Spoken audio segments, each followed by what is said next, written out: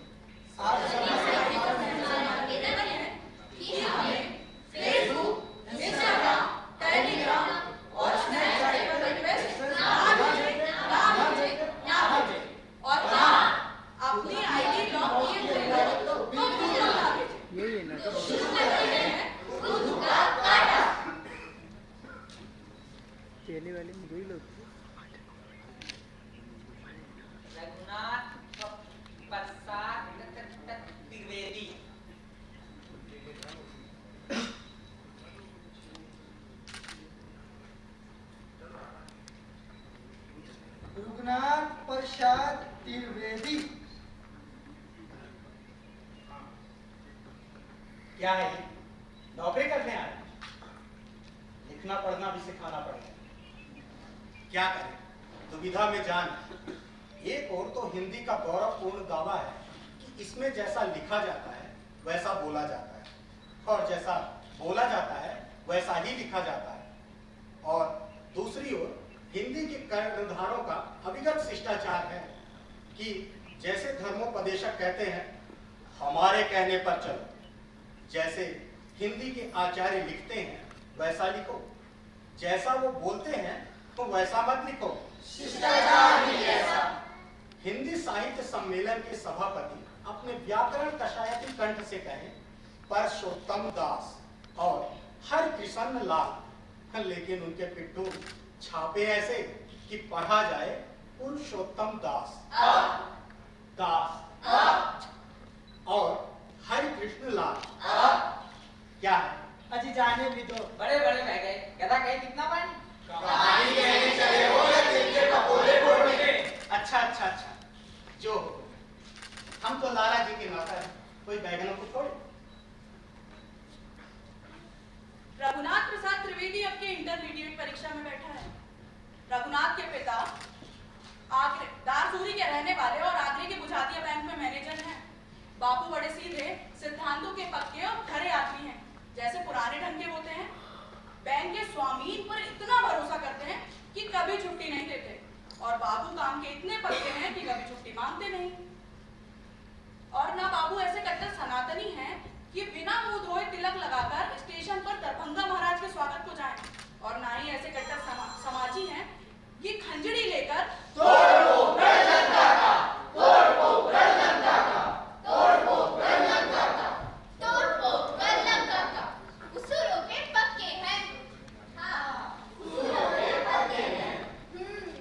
उसूलों के पक्के हैं। सुबह का एक प्याला चाय पीते हैं, ऐसे कि जेब में भी नहीं छोड़ते। और माघ में कपाती ठंड में भी वे एक की दो नहीं करते। लीजिए, आज बहुत ठंड है, एक कप चाय और पी लीजिए। अब तक तो दर्शकों को भी पता चल चुका है कि मैं अपने उसूलों का कितना पक्का हूं। एक कप चाय मैंने पी ली, दूसरी नहीं पीऊंगा। ले जाओ इसे। हमें पिला दो। अच्छा, आज तो मुझसे ज्यादा ठंड इस स्टूल को लग रही है, इसे ही पिला दो। आज तो सर्दी इतनी है कि बाहर भी कुछ नहीं दिख रहा, पूरा छाया हुआ है। उड़द की दाल खाते हैं, मजार है बुखार में भी मूंग की दाल का एक दाना खा ले। आज आपको बहुत तेज बुखार है, ये मूंग की दाल की खिचड़ी बनाई है, खा लीजिए, आपको आराम मिलेगा। तुम्हें नहीं पता कि मैं केवल उड़द की दाल खाता हूं? नहीं खानी मुझे तुम्हारी खिचड़ी। ले जाओ इसे और उड़द की दाल बनाकर लाओ। ओनली उड़द। आजकल के एमए बीए पास वालों पर हंसते हैं। चलो भैया, हो गई एक्टिंग। आजकल के एमए बीए पास लड़के शेक्सपियर और बेकन को चाट जाने पर भी अपने दफ्तर के काम की अंग्रेजी चिट्ठी नहीं लिख सकते। हमारे जमाने के लोगों को देखिए, शेक्सपियर के 2-4 नाटक न पढ़कर सारे नाटक पढ़ते थे। और अंग्रेजी डिक्शनरी से लैटिन धातु तक याद करते थे। हमारे गुरु बाबू प्रकाश बिहारी मुखर्जी जी आ ही गए। प्रणाम गुरु। हमारे गुरु जी ने लाइब्रेरी इम्तिहान पास किया था। शायद ही ऐसा कोई दिन बीतता होगा। बेटा, नेगोशिएबल इंस्ट्रूमेंटल एक्ट में होने वाली शामिलों को खरीदना जो आगे शायद ही ऐसा कोई दिन बीतता होगा जब नए बीए हेड क्लर्क को हमारे गुरुजी के लाइब्रेरी इम्तिहान का उपदेश उपाख्यान की तरह न सुनाया जाता हो।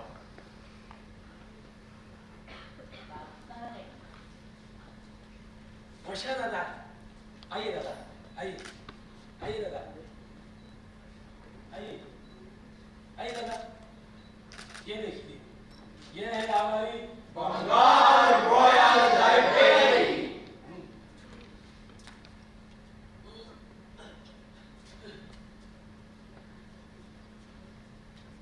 No, one can be good for now.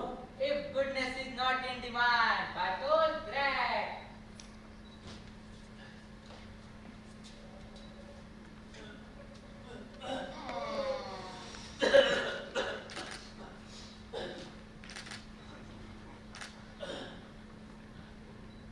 हे मेघ, गंभीरा के साइड से हटा हुआ नीला जल, जैसे पेड़ अपनी डालों से छूती हैं। मेघदूतम कालिदास।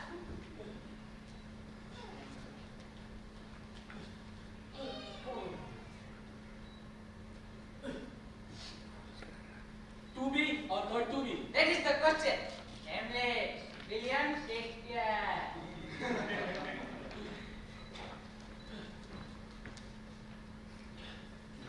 नीचे भी देखो।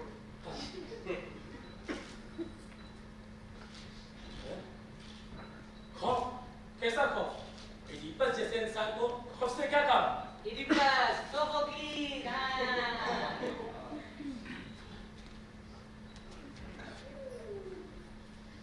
सब अलमारियां खुल गई। सब किताबें छुप गई। लॉर्ड साहब की बात हो गई।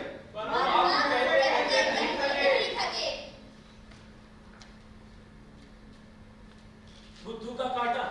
चंद्रधर शर्मा, दुलेरी।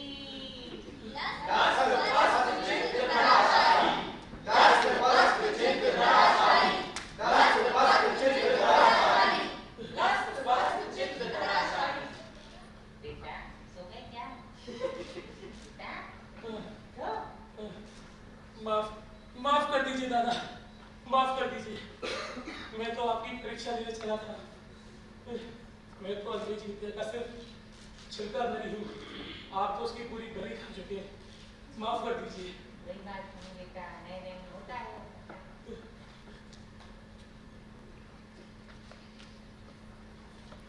गुरुजी, आप अपने स्थान तक नहीं गए? बेटा, मेरी थोड़ी और प्रशंसा कर दो। गुरुजी, आज इतना ही है। अगले नाटक में देखें। अच्छा, लेकिन अगले शो में भूलना मत।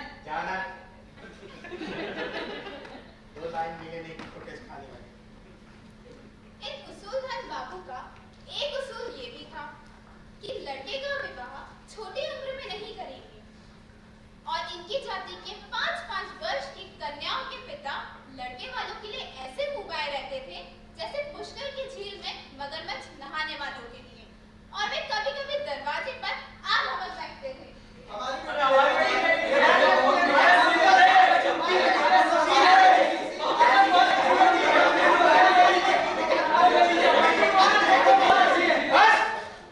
एक बार देख तो लिया होता। निकलो यार। मैं अपने उसूलों का पक्का हूं। मैं अपने बेटे का ब्याह कम उम्र की बच्ची से नहीं करूंगा। उसूलों के पक्के बाबूजी इनके भय से गांव ही नहीं जाते थे और कन्या पिता रूपी मगरमच्छ अपनी गोह पहाड़ी को छोड़कर आगरा आके बाबूजी की निंदा को भंग किए रहते थे। रघुनाथ की माता को सास करने का बड़ा शौक था। जैसे ही वो कुछ कहना आरंभ करती कि बाबूजी अपने लेजर को खोलकर बैठ जाया करते या फिर छड़ी उठाकर बाहर चल देते थे।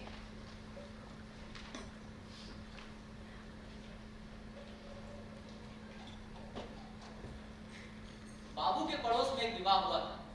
घर की मालकिन लहाना बांटती हुई रघुनाथ की मां के पास आई। दासुरी वाली, ओ दासुरी वाली।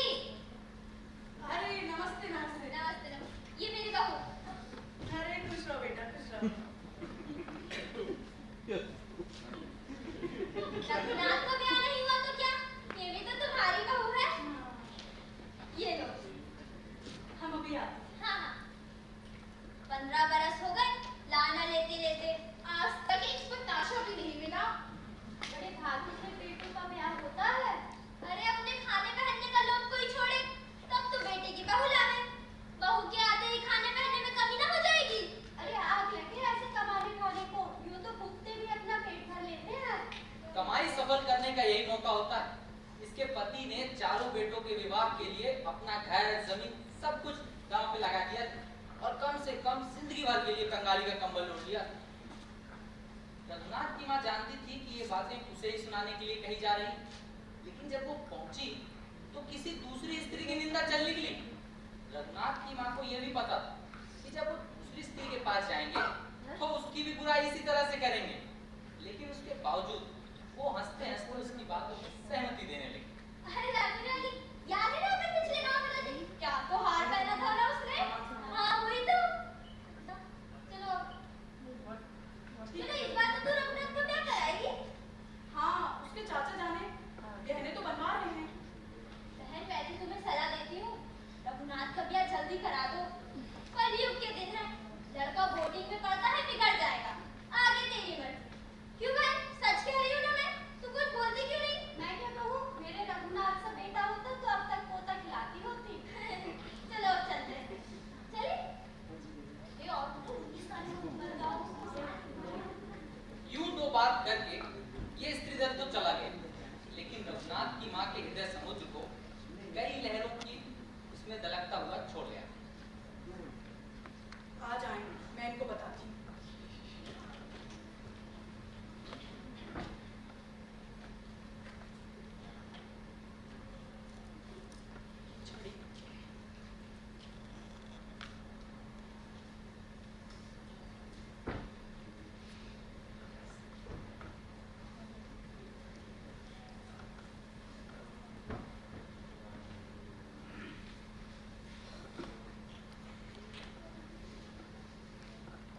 खाना आज ही मिलेगा। ला रहे हैं।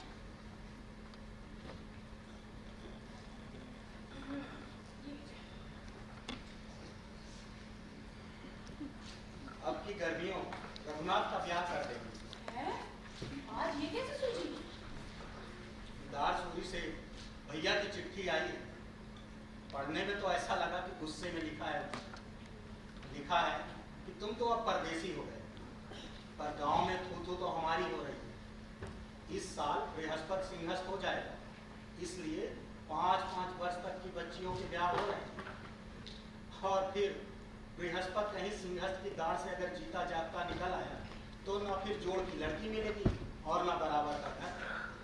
इसलिए उन्होंने अभी लिखा है कि 3-4 घर रोक के रखें। बाकी बोले तुम्हारा काम जाने और तुम जानो। और ये भी लिखा है कि इस बार अगर तुम मेरा कहना नहीं माने तो जिंदगी भर तुमसे बात नहीं करेंगे। ठीक ही तो कह रहे हैं भैया। मैं भी मानता हूँ, लड़के का 19वां साल है, इस बार इंटरमीडिएट पास हो जाएगा, अब ब्याह कर देना चाहिए। तो वैसे भी अब जैसा देवर और भौजाई नचाएंगे नाचना पड़ेगा। इतने दिनों तक मेरी चली, यही बहुत था। भैया की कहो, मेरी तो 5 वर्ष से मान रहे हो आप। अच्छा अब जिदो मत। मैंने 2 महीने की छुट्टी ली है, छुट्टी मिलते ही हम अपने गांव चलेंगे। मैंने रघुनाथ को भी लिख दिया है कि इम्तहान देकर सीधा घर आ जाए, 10-15 दिन में आ जाएगा। फिर तब तक हम अपना घर भी ठीक कर लेंगे और अपने दिन। और हाँ, इस बार आगरे तुम अपनी बहू को लेकर ही आओगे। अच्छा ही हुआ, बताशे वाली कुड़िया का उलाहना तो मिटेगा।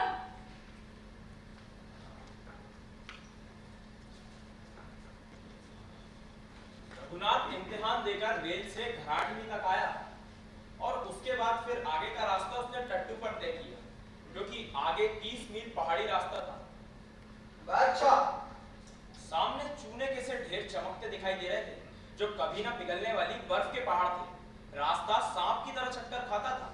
एक पहाड़ खत्म होता तो मालूम होता कि उसी के बाजू से एक आधे मील का चक्कर और निकल पड़ता। और जब धूप चढ़ गई और रघुनाथ से रहा नहीं गया, तो उसने टट्टू के स्वामी इलाही से उसका हाल पूछा। इलाही, कुछ अपना हाल सुनाओ। अब जनाब, मेरे हाल में आपका क्या जी लगेगा? वैसे भी गरीबों का क्या हाल है। मेरा रब रोटी देता है, मैं दिन भर मेहनत करता हूँ और रात भर खड़े रहता हूँ। आप जैसे साई लोगों की बरकत से, अच्छा, आप जैसे साई लोगों की बरकत से मैं हज कर आया, ख्वाजा गरीब नवाज का उर्स देख आया। और भला मुझे क्या चाहिए इस जिंदगी में? वैसे मेरा काम ये टट्टू बनने से मारता है। वैसे मेरा काम ये मोती चलाना नहीं है, तो फिर? लेकिन अब तो इस मोती की कमाई खाता हूँ। कभी सवारी ले जाता हूँ तो कभी लादे। अच्छा, भाई मैं कड़ल पा लेता हूँ तो 2 गोली बच जाती है। अब मेरे रब की मर्जी। वैसे जनाब, मेरा भी परिवार है। सीखों के वक्त की माफी जमीन की। मैं ध्यानपुर के नवाब के यहाँ खाना बनाने का काम करता हूँ। नवाब के यहाँ? जी, और मेरी बेगम उसके जनाने का खाना बनाए। अच्छा, एक रात में खाना बना के अपने मंजड़े पे सोया कि मुझे कुछ आवाज आई। लाही, हज करा। मैं आंखें मलते हुए उठा तो देखा तो कोई नहीं। फिर सोया तो फिर से वही आवाज आई। लाही, तू मेरी पुकार नहीं सुनता। मैंने सोचा मेरा रब मुझे बुलाता है। फिर देखा तो फिर से वही आवाज आई। लाही, हज करा, मैं तेरे नाल हूँ, मैं तेरा बेड़ा पार करूंगा। मैं अपने आप को रोक ना सका। मैंने अपना कंबल उठाया और चल पड़ा। रातों चला, दिनों चला, भीख मांगी और चलते चलते बंबई पहुंचा। और बंबई पहुंचकर क्या देखता हूँ कि मेरे नाल एक टका नहीं। लेकिन जनाब, मेरे एक हिंदू दोस्त ने मेरा टिकट ले लिया था। काफिले के साथ में जहाज पर चढ़ा। पूरे 6 महीने लगे हज के। हज से लौटते वक्त हमारा जहाज कहीं समुद्र में रास्ता खो गया।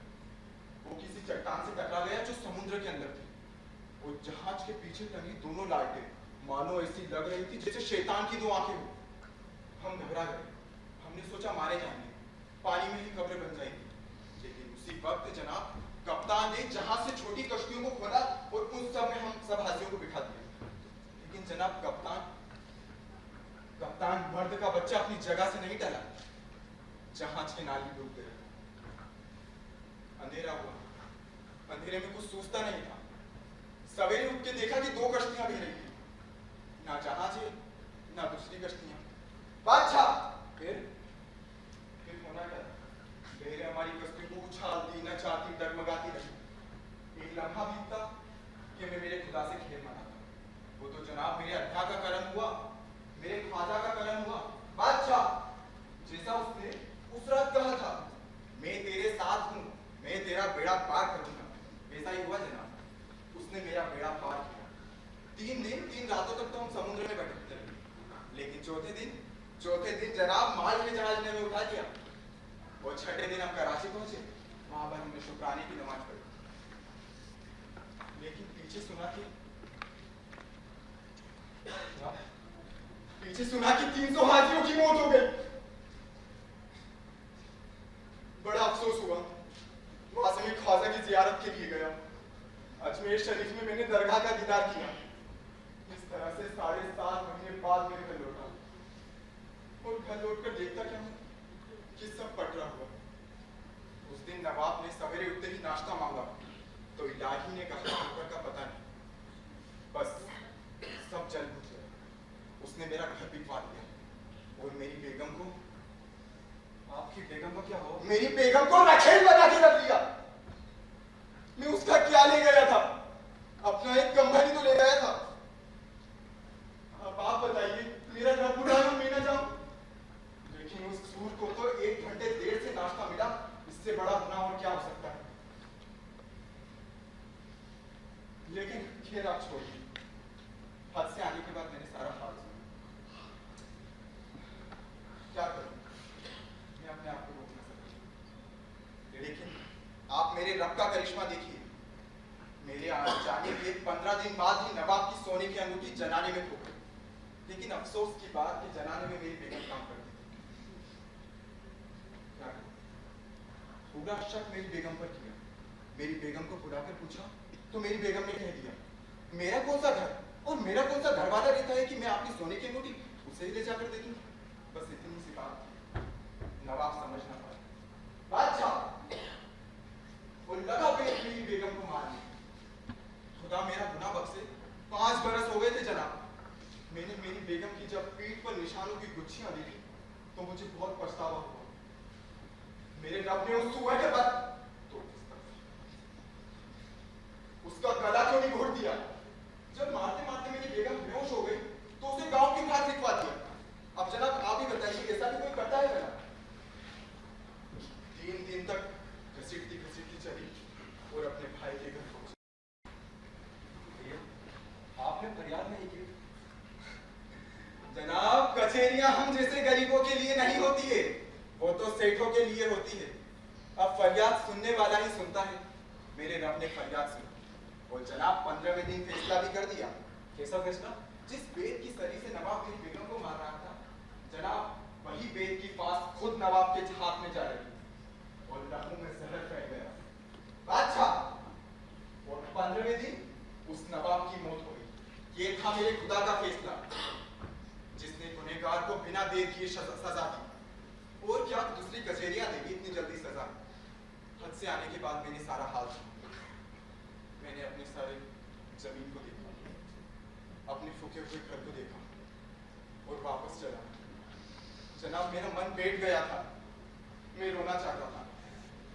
मस्जिद गया, मस्जिद जाकर मैंने हाथ फैलाए, हे अल्लाह मैंने क्या गुनाह किया था जिसकी सजा तुम मुझे दे रहा है? मेरे अल्लाह ने हुक्म दिया, लाहे अपने जोए नु धीरज दे, मैं तेरे नाल हूं। मैंने अपनी जोर को धीरज दिया और अपने साले के घर चला, जिसने मुझे जनाब 25 रुपए दिए और इससे ये टट्टू ये मोती मारता है और इन पहाड़ों पर अब तो बस रब का नाम लेता हूँ और आप जैसे लोगों की बंदगी करता हूँ। वैसे जनाब रब का नाम बड़ा है। धूप काफी हो गई जनाब, सोच रहा हूँ थोड़ा सा आराम कर लिया जाए। आप भी अपने हाथ पैर सीधे कर लीजिए, मैं भी मेरे मोती को निहारी दे देता हूँ, पानी वानी भी पिला देता हूँ। तब तक ये कमबख्त धूप भी ढल जाएगी और बातों ही बातों में आपको आपके गांव में पहुंचा दूंगा।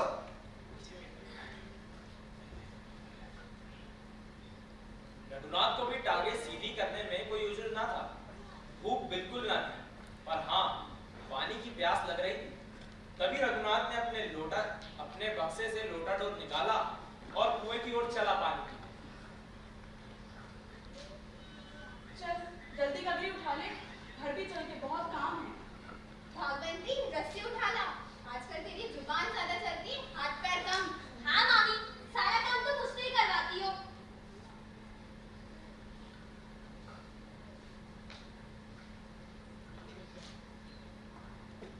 अरे ये कौन है? देखो, शहरी बाबू, लोटे में फांसा देना तक नहीं आता। पटवारी है, पैमाइश की जरीब फैलाता है।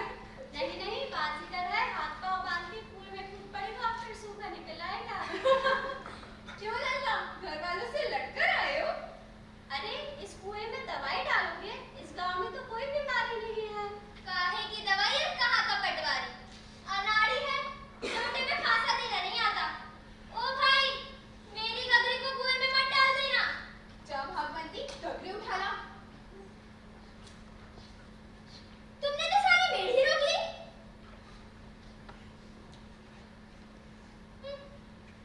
भाई तुम चाहते क्या हो? बोलते क्यों नहीं हो? अरे बोल तो, माँ ने सिखाया नहीं? बोलो ना। जी मुझे पानी पीना है, लोटे से निकाल रहा हूँ, निकाल लूंगा। परसों तक हम पिला देते हैं। जा गगरी उठा और पानी पिला दे। ए मामी के पालतू, पानी पी ले। शर्मा मत, तेरी बहू से नहीं कहूंगी। नहीं नहीं, मैं अपने आप ही। कुएं में कूद के?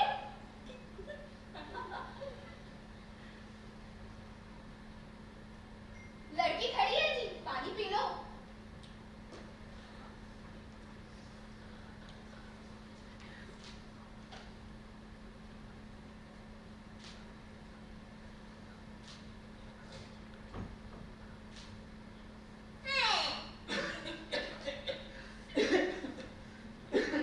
उत्पन्न कम नहीं होगी, उनको गलत चला गया है। ऐसी हड्डी भी किस काम की? चल हट। मैं पानी पिला देती हूँ। हाँ हाँ, दूध में पिला दो, बहुत देर हुई। आंसू भी पोंछ दो। चुप कर। ये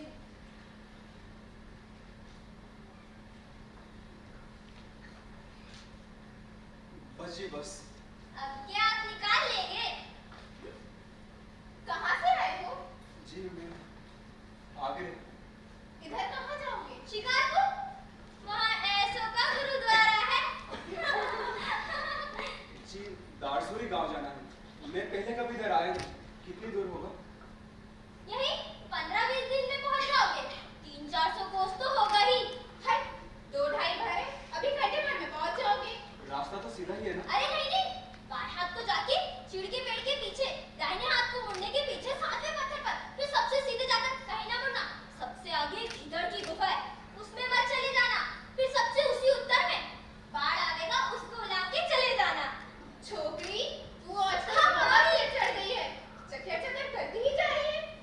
नहीं जी, एक ही रास्ता है, यहाँ से सीधे नदी आवेगी, पल्ले पार बाएं हाथ को ही गाँव है। नदी में भी यूं ही फांसा लगाकर पानी निकालना। क्या इस गांव में डाक बाबू होकर आए हो? नहीं नहीं, मैं तो प्रयाग में पढ़ता हूँ। ओहो, फिराक जी में पढ़ते हो? कुएं से पानी निकालना पड़ते होंगे। तेरी पकड़ पकड़ बननी होगी। तू क्या मेरे यहाँ इसलिए आई है? इधर क्यों आए हो गाँव में? क्यों जी? फिराक जी में अकल भी बिकती है। तेरी कैची जैसी जुबान बननी होगी, ये लड़की तो पागल हो जाएगी। जी मैं वहाँ के बाबू शोभराम जी का लड़का हूँ। अच्छा अच्छा, तो तुम्हारा ही ब्याह है। मामी मामी, मुझे भी अपने नए पालतू के ब्याह में ले चलना।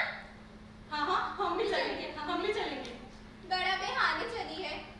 ये घोड़ी चढ़ेगा और वो जो चिलम भी रहा है मस्ताना बनेगा। काची वाह, ऐसे बुद्धू के आगे भी कोई लड़का फंसारेगा? भागवंती।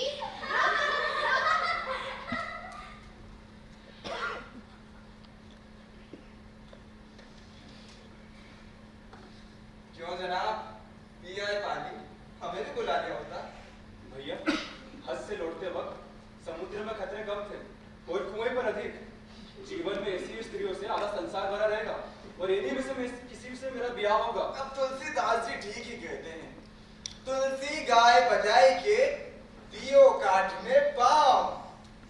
चलो जनाब, चलने की तैयारी करते हैं, काफी धूप ढल गई। आपको आपकी मंजिल तक भी तो पहुंचाना है। चलो हाँ बोलिए। अच्छा अब भैया अभी और कितना दूर है? बस कुछ देर में, बस कुछ वक्त में पहुंचा दिया जाएगा आपको आपके गांव। लड़कियों के वाक्य रघुनाथ को गढ़ रहे थे और उन सब वाक्यों के दुस्वप्न के ऊपर उस पिघलती हुई आंखों वाली कन्या का चित्र मंडरा रहा था। बड़े ही उदास चित्त से रघुनाथ घर पहुंचा। गांव पहुंचने के तीसरे दिन रघुनाथ सवेरा होते ही घूमने निकला। पहाड़ी जमीन जहां रास्ता देखने को कोस पर जचे और चाहे उसमें 10 मील का चक्कर काट लो। पहाड़ी करौंदे और आलू बुखारे की रत से ढके हुए छोटे छोटे रंगीले फूल जो पेड़ का पत्ता भी नहीं दिखने देते। क्षितिज पर लटके हुए बादलों की सी पहाड़ों की चोटियां जिनको देखते आंखें अपने आप ही बड़ी हो जाती और जिनकी हवा में सांस लेते ही छाती पड़ती हुई जान पड़ती। नदी से निकली हुई असंख्य छोटी छोटी नहरें जो सांप जैसी चक्कर खाकर प्रधान नदी की पथरीली तलहटी में जाकर मिलती थी। ये सब दृश्य प्रयाग के ईंटों के घर और कीचड़ की सड़कों से निराले थे। रघुनाथ का चलते चलते अभी मन नहीं भरा था। वह घाटियों की ऊंच नीच की गिनती छोड़कर नदी की चक्करों की सीध में हो लिया। इस तरह एक तरफ आम के पेड़ जो पौरों और कैरियों से लदे हुए थे, दूसरी ओर धान के खेत जिनमें पानी किलचिल किलचिल करता हुआ टिकल रहा था। हमारा चरित्र नायक ये सब प्राकृतिक दृश्य देखता हुआ नदी की ओर बढ़ा। इस वक्त उसे देखने वाला वहां कोई नहीं था। वह नदी की एक प्राकृतिक घाट की चौड़ी शिला पर खड़े होकर नदी की शोभा देखा। नदी की शोभा देखने के बाद उसने सोचा कि यही हजामत बनाकर नहा धोकर घर चलता हूँ। नई सभ्यता के प्रभाव से सेफ्टी रेजर और साबुन की टिकिया सफारी कोट की जेब में ही था। उसने अपने ऊपर की पॉकेट से एक आईना भी निकाला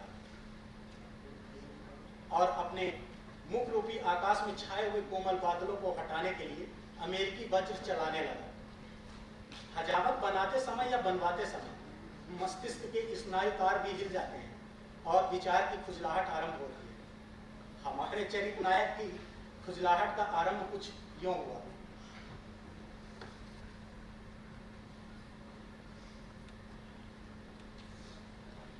ये नदी सहस्त्रों वर्षों से यूं ही बह रही और यूं ही बहती जाएगी। किनारे के पहाड़ों में, ऊपर के आकाश में और नीचे की मिट्टी ने इसे यूं ही देखा है और यूं ही देखती जाएगी। यही क्या, नदी की हर एक बूंद अपने आने वाले कण के पीठ को और पीछे वाले कणों को सामने को देखती जाती है। अथवा क्या पहाड़ों को या तलेटी की नदी की खबर है? क्या इन पत्थरों को, इन बादलों को मेरी परवाह है? इस समय ऊपर नीचे आगे पीछे कौन मेरी परवाह करता है? मनुष्य अपने ही घमंड में त्रिलोकी का राजा बने थे, उसे अपने आत्मविश्वास के सिवा पूछता ही कौन है? इस समय मेरा ये छोर बनाना किसके लिए ध्यान देने योग्य, किसे पड़ी है कि मेरी लीलाओं पर ध्यान दे?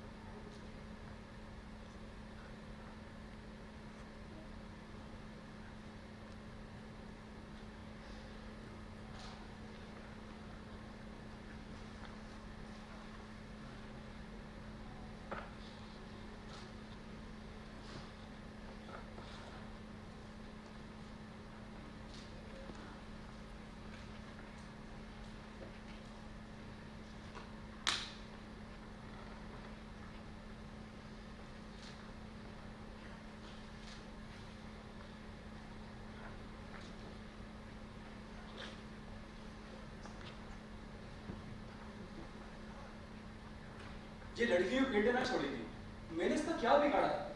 इससे पूछूं तो फिर वैसे ही बताएगी। खैर आज तो ये अकेली, इसकी तानों पर साधुवाद करने के लिए महिला मंडल तो नहीं है।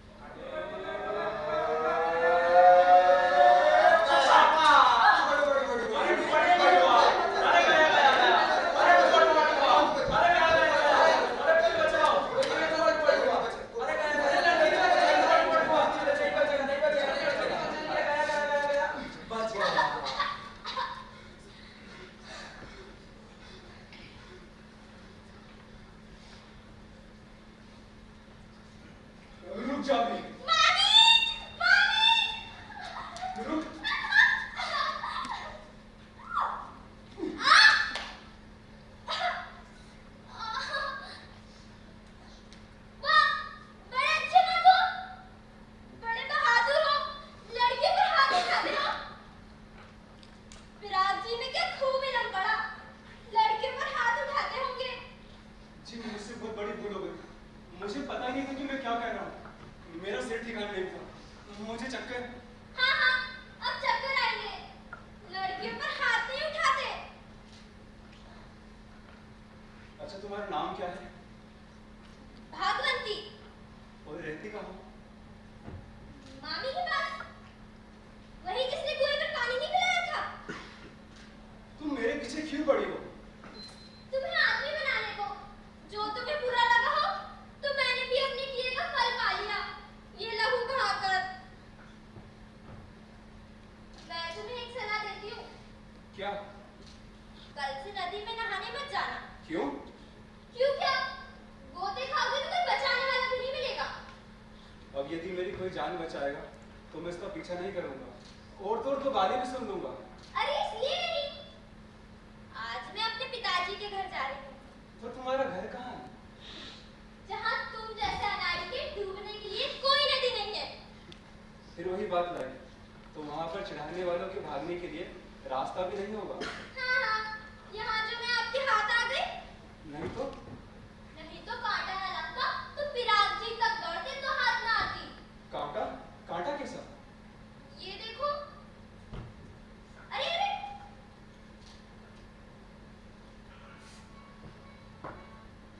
क्या?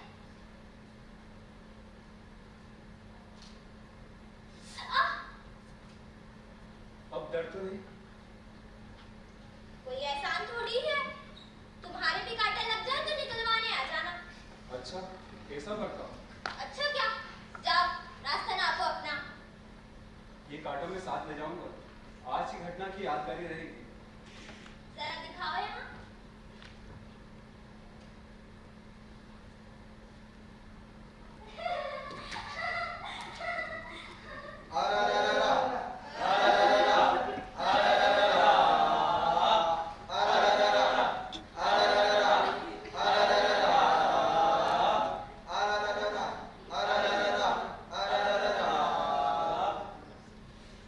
रघुनाथ के मन में स्त्रियों के प्रति अज्ञानता का भाव तो था ही, पर अब उसके स्थान पर द्वेषपूर्ण ग्लानि का धुंध इकट्ठा हो गया था। लेकिन उस धुंध के नीचे कहीं न कहीं उस चमकदार लड़की की चमक झलक रही थी। अवश्य वह पिछले अनुभव से किसी स्त्री से बात करना नहीं चाहता, लेकिन रह रहकर उस चमकदार लड़की के बारे में जानने की उसकी इच्छा हो रही थी। वह उसके तानों को फिर सुनना चाहता था। रघुनाथ का दिल पहेली हो रहा है, और उस पहेली में पहेली थी उस लड़की का स्वतंत्र स्वभाव। रघुनाथ अपने पास आते विवाह के समय को उसी भाव से देख रहा था जैसे कृष्ण पक्ष में बकरा आने वाली नवरात्रों को देखता है। इधर पिताजी और चाचा जी घर पहुंच रहे थे। आसपास के गांव में 2-4 पुत्रियां थीं, जिनके पिता अधिक धन के स्वामी न होने के कारण अपना भार उतार नहीं सके थे, और अब वो बृहस्पति के सिंह के कवल हो जाने पर अपने नरक को गवन को परवाना सा देख कर भी आत्मघात नहीं कर सकते थे। कुछ घर तो ज्योतिषी ने खो दिए, 2-4 घर तो ज्योतिषी ने खो दिए, और तीसरे घर को भी ज्योतिषी ने लत्तापात करना चाहा। कुछ ज्योतिषी का मनी ऑर्डर का असर पड़ा, और कुछ बिहारी जी के इस दोहे का सूत पितु मारक जोग लखी, सूत बिहंसियों सूत पितु मारक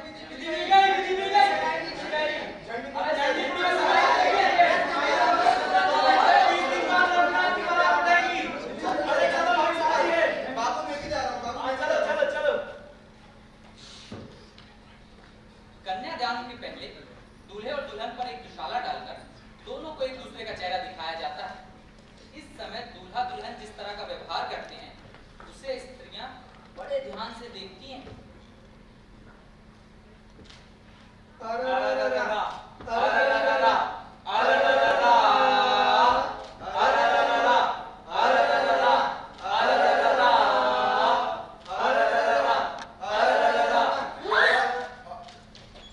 दूल्हे दुल्हन ने जैसे ही चेहरा देखा उनका मुंह खुला का खुला रह गया, जैसे उन्होंने कोई भूत देख लिया। लड़की घबराई, लड़का भी घबराया हुआ।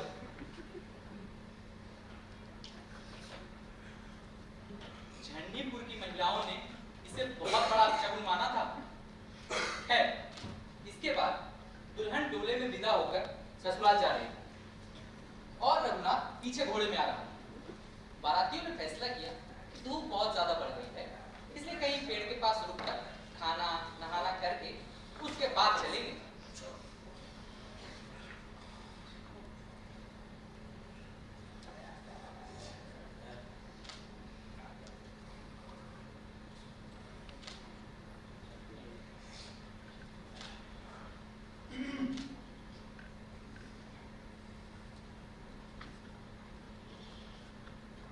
क्यों?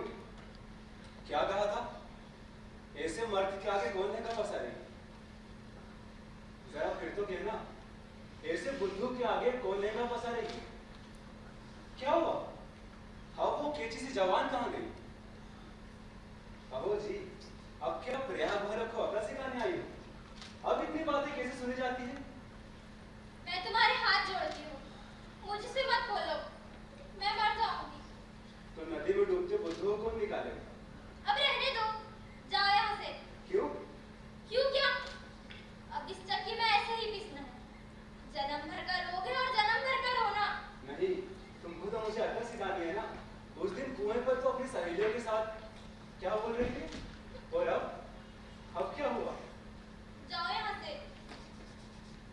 अब ताने नहीं दोगी? मैंने कहा ना जाओ। चलो रे, चलो बारात आगे बढ़ाओ। क्या नहीं करोगे क्या? चलो चलो चलो चलो। काफी देर है।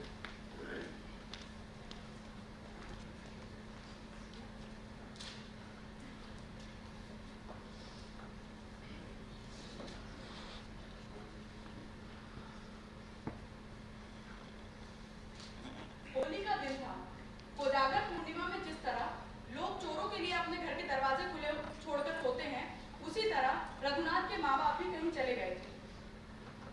माँ का पता नहीं, बाप थे, बाप भी कहीं थे।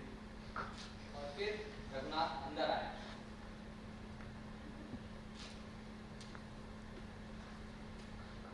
ठहरो, बाहर मत जाना। कहो, कैसी हो? कभी मेरी भी याद करती हो? चुप प्रसन्न रहती हो? चुप चुप मेरी छुट्टियां 3 ही दिन की है। चुप चुप। तुम्हें मेरी कसम है, यूं चुप मत रहो, कुछ तो कहो, भले पहले की तरह ताने से कहो। सुनती हो? मेरे कानों में पानी थोड़ी भर गया है। हाँ, बस यूं ठीक है, कुछ ही कहो पर कहते जाओ। अच्छा होता यदि उस दिन तुम मुझे ना निकालती और मुझे डूब जाने देती। अच्छा होता है यदि मेरा कांटा ना निकालते और पैर लगकर मैं वहीं मर जाती। तुमने कहा था ना, कोई एहसान थोड़ी, कांटा गड़ जाए तो मैं भी निकाल दूंगी। हाँ निकाल दूंगी। कैसे? उसी कांटे से। उसी कांटे से? वो है कहाँ?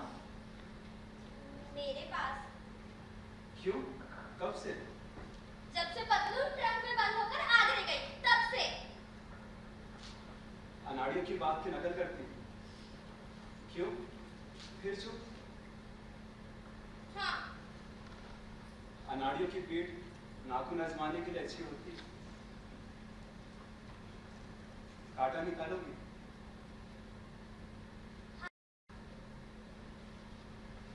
कांटा जमीन में थोड़ी है। तो कहाँ है? मैं तो अनाड़ी हूँ, मुझे लल्लो पत्तो करना नहीं आता, साफ कहना जानता हूँ। सुनो, उस दिन में जंगली था, वैसी था, अधूरा था। मनुष्य जब तक स्त्री की परछाई नहीं पा लेता, तब तक पूरा नहीं होता। मेरे बुद्धूपन को क्षमा करो। मेरे हृदय में तुम्हारे प्रेम का एक भयंकर कांटा गड़ गया। जिस दिन तुम्हें पहले देखा, उस दिन से वो गड़ रहा है और अब तक गड़ा जा रहा है। तुम्हारी प्रेम की दृष्टि से मेरा ये शून्य हटेगा। उस समय में जंगली था, अधूरा था। मनुष्य जब तक स्त्री की परछाई नहीं पा लेता, वो अधूरा रहता है। मनुष्य जब तक स्त्री की परछाई नहीं पा लेता, वो अधूरा रहता है।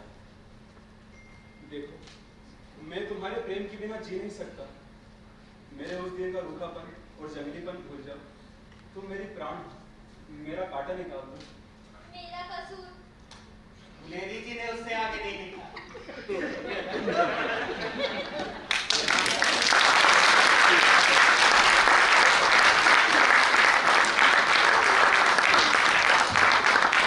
अभी आप देख रहे थे नाटक बुद्धू का कांटा, और इसके निर्देशक थे श्री विशाल आचार्य जी। और मैं चाहता हूं कि विशाल आचार्य जी मंच पर आ जाएं और सभी कलाकार मंच पर आ जाएं। और इस 8वें रंग त्रिवेणी नाट्य उत्सव के इस पावन चौथे दिन पर मैं एक नई प्रथा यहाँ पर शुरू कर रहा हूँ कि हमारे जो रंग दर्शक होते हैं उनमें से कोई हमारे बीच आए और हमारे आज के निर्देशक का 8वें रंग त्रिवेणी नाट्योत्सव का स्मृति चिन्ह और पुस्तक भेंट करके उनका सम्मान करें। तो मैं चाहूंगा कि फर्स्ट रो पर एक बुजुर्ग से हैं, मैं उनको आमंत्रित करता हूं। और स्वागत है सर आपका यहाँ पर इस मंच पर, और ये हमारे लिए गौरव की बात है कि हमारे पास दर्शकों के बीच से एक महान विभूति हमारे आज के नाटक के निर्देशक का स्वागत और अभिनंदन कर रहे हैं स्मृति चिन्ह दे करके। और अब निर्देशक महोदय से मैं अनुरोध करूंगा कि वो अपने सभी कलाकारों का परिचय करा दें।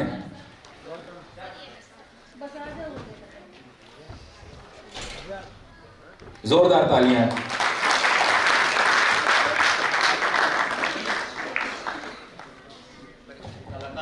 और मैं रंग त्रिवेणी के सचिव से अनुरोध करूंगी कि हमारे जो दर्शक थे इनको भी पुस्तक भेंट की करके इनका भी सम्मान किया जाए। मैं अपने आयोजन समिति के सदस्यों से अनुरोध करता हूं कि हमारे दर्शक इनका भी पुस्तक से सम्मान किया जाए। आप रंग त्रिवेणी की सचिव हैं श्रीमती रचना मिश्रा जी से अनुरोध है। धन्यवाद सर। और अब मैं निर्देशक महोदय से अनुरोध करता हूं कि अपने कलाकारों का परिचय कराएं। धन्यवाद। सबसे पहले लाइट्स में थे कमलेश जादव, लाइट को डिजाइन आनंद मिश्रा जी ने किया था, तो वेशभूषा रचना मिश्रा जी की थी, वेशभूषा रचना मिश्रा तो ज्योति सिंह जी ने किया था। 1914 में कहानी लिखी गई। परिचय आप लोग अपना अपने तरफ से दे दीजिए।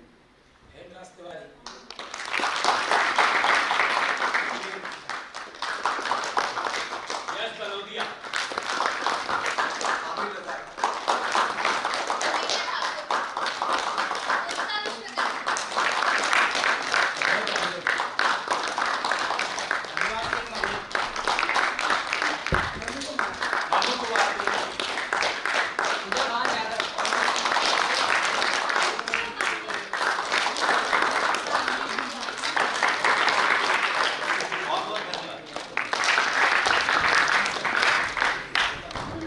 बहुत बहुत धन्यवाद आज के निर्देशक श्री विशाल आचार्य जी।